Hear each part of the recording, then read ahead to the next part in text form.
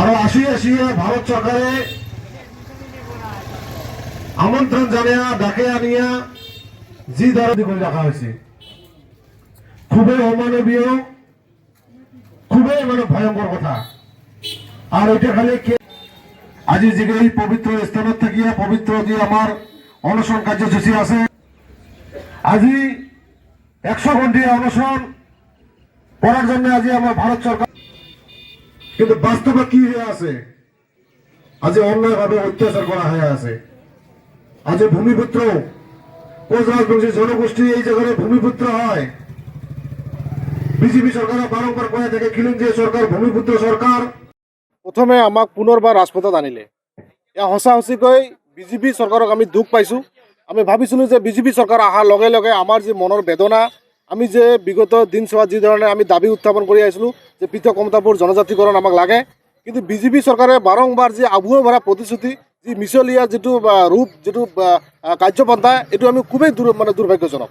কিন্তু আমি যোৱা যি আমাৰ 29 নৱেম্বৰ তাৰিখে যি ধৰণে প্ৰতিবেদন তাতে উত্থাপন কৰিলে, বিধানসভাত তাতে দাখিল কৰিলে, এই ক্ষেত্ৰতো আমাৰ কিন্তু বিশ্বাস নাই। আমাৰ বিশ্বাস নাই এইকাৰণে যোৱা দিনবোৰত আমাৰ অভিজ্ঞতা আছে।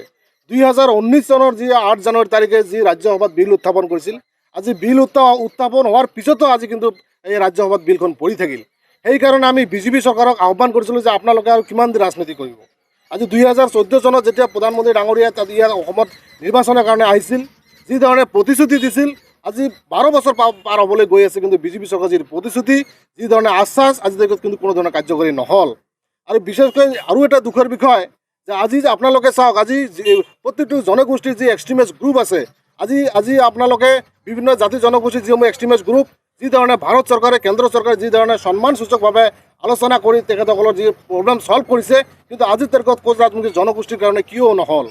আজি আমাৰ কেৰেলত যি জীৱন সিংহ ডাঙৰীয়া চেয়াৰমেন DL কোচ ডাঙৰীয়া আছে, তেখেতসকলৰ লগত যি ধৰণে অন্যায় কৰা হৈ আছে, যি ধৰণে অমানৱীয় যি ধৰণে অন্যায় কৰা হৈছে, এই সঁচাকৈ গৰিহণাযোগ্য।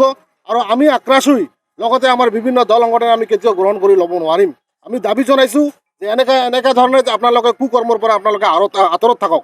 আজি ভাৰত চৰকাৰে, আমাৰ আসাম চৰকাৰে যে আমন্ত্ৰণ কৰি আনি যি ধৰণে গৃহবিন্দু কৰি আছে, আজি 3 বছৰ পাৰ হ'বলৈ গৈ আছে জীৱন সিংহ ডাঙৰীয়াক, আজি যি ধৰণে আলোচনা কৰিব লাগিছিল, যি ধৰণে আজি পিছ টকাৰ জৰিয়তে সমাধান কৰিব লাগিছিল, এই ক্ষেত্ৰত নকৰি ওলোটা আমি ছবি দেখি আছোঁ।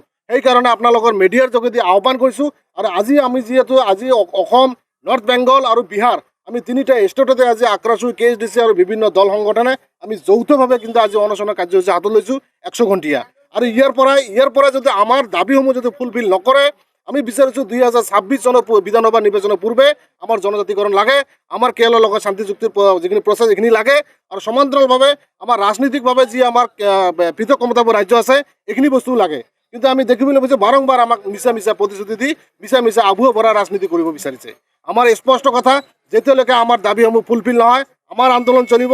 খালি এই অনশনেই নহয়, এই অনশন স্থলীৰ পৰাই আমি নিশ্চয় হাইৱে ব্লক, ৰেল ব্লক আন্দোলনৰ কাৰ্যসূচী ঘোষণা কৰিম।